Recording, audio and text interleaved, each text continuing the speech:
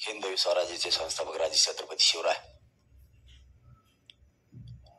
धर्मवीर छत्रपती संभाजीराजे त्यांच्या आज पुण्यतिथी निमित्त सर्व बांधवांना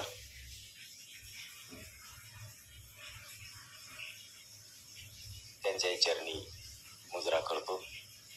येळेगाव आणि परिसरातील जमलेल्या माझ्या तमाम मराठा बांधवांना माझा मानाचा जय शिवराय.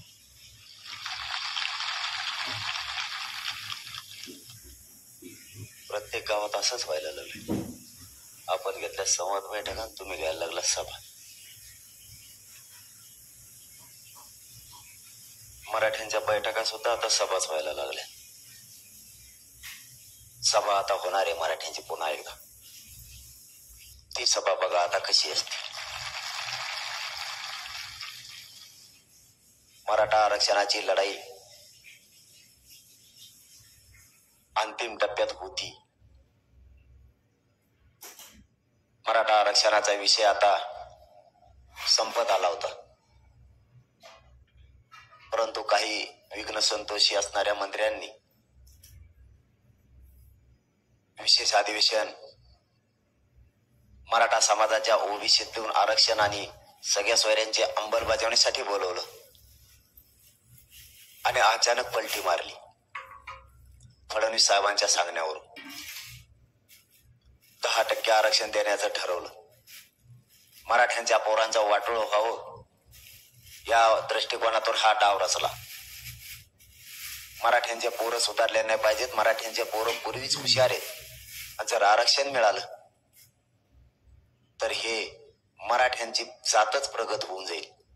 मग आपल्या पाठीशी कोण राहणार असा कुटील डाव यांनी रचला. एका रात्रीत सगळ्या सोयऱ्यांची अंमलबजावणी न करता मागासवर्ग आयोगाचा अहवाल स्वीकारला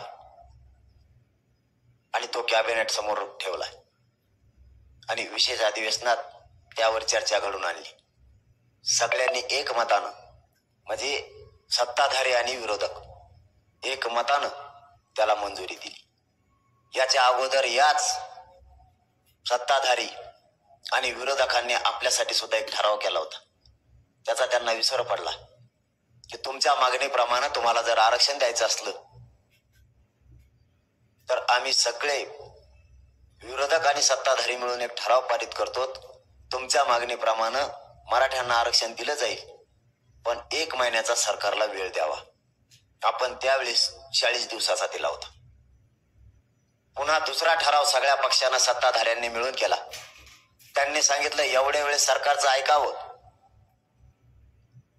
आणि 2 महिन्याचा वेळ द्यावा. आपण त्यांना 2 महिन्याचा वेळ दिला होता. तरीही मराठ्यांच्या विरोधात फडणवीसांनी षड्यंत्र रचलंच. त्यांनी 20 तारखेच्या अधिवेशनात सगळ्या सोयऱ्यांची अंमलबजावणी, हैदराबादचं गॅजेट, बॉम्बे गव्हर्नमेंटचं गॅजेट, सातारा संस्थांचं गॅजेट, 1881ची जनगणना, 1902 ची जनगणना ही घेण्याऐवजी त्यांनी ते 10% आरक्षण न टिकणारं द्यायचं ठरवलं. हरकत नाही, चुका पण काय केल्या तेही सांगतो. सरकारनं चुका केल्या, अहवाल स्वीकारला, पाटलावर ठेवला, एकमताने मंजुरी दिली आणि मुख्यमंत्र्यांचं भाषण सुरू झालं. मुख्यमंत्र्यांनी विधानसभेच्या पटलावर सांगितलंय मराठा समाज 10% मागास आहे. मग कायदा सांगतो जी जात किंवा जो समुदाय किंवा जो समूह मागास सिद्ध होईल त्याला ओबीसी आरक्षणात घ्यावं लागतं. 50%च्या आज 27% आरक्षणात समाविष्ट करावं लागतं. हे सरकारचं क्रम प्राप्त आहे. त्यांनी ते न करता 50%च्या वरती वेगळा प्रवर्ग केला. आज त्याचा परिणाम असा झाला की आताची जी भरती काढली या भरतीत मराठ्यांना त्याचा लाभ होणार नाही. मान्य न्यायालयानेच तसे निर्देश दिले, म्हणजे तेही आरक्षण गेलं. तिसरी चूक केली, ज्या दिवशी 26 तारखेला या 10% आरक्षणाची अंमलबजावणी केली त्याच दिवशी देशातलं ईडब्ल्यूएस आरक्षण सुद्धा मराठ्यांचं रद्द केलं. म्हणजे मराठा ईडब्ल्यूएस पासून सुद्धा हुकला आणि 10% आरक्षणातून सुद्धा हुकला. हा यांचा कुटील डाव. त्यांनी तो यशस्वी केला, परंतु मराठ्यांनी तो हाणून पाडला. त्यांचं स्वप्न होतं 10% आरक्षण दिल्याच्या नंतर मराठा समाज या राज्यात गुलाल उधळली. कारण 2018ला मराठ्यांनी गुलाल उधळला होता. कारण त्यावेळेस मग समाजाच्या लक्षात आलं नाही. आणि माझा मराठा समाज खूप भोळा आहे, खूप विश्वास ठेवतो. मराठ्यांनी त्यांच्यावरती विश्वास ठेवला होता की 13% आरक्षण 2018ला दिले.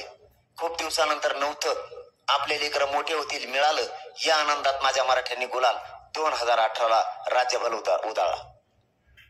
परंतु त्याचाही घात झाला. पुढे चालून त्यांचेच वकील, जे वकील त्यांचे शिष्य आहेत, त्यांनीच याचिका दाखल केली आणि ते आरक्षण 5 मे 2021 रोजी घालवलं, रद्द झालं. लाखो पोरं त्यातून जे निवड झाले होते मराठ्यांचे, ते रडत घरी आले. ज्यांच्या निवड झाल्या त्यांना नियुक्त्या आजपर्यंतही मिळाल्या नाहीत. तोही डाव फडणवीसांचाच. मराठ्यांचं इथून तिथून उभं वाटोळं यांनी केलं. तेच आरक्षण आता 10% दिलं, पण मराठा समाज आता पहिल्यासारखा विश्वास ठेवायला रिकामा नाहीये. तुम्ही डाव टाकला तर मराठी प्रति डाव टाकून तुमचा डावच मोडणार म्हणजे मोडणार.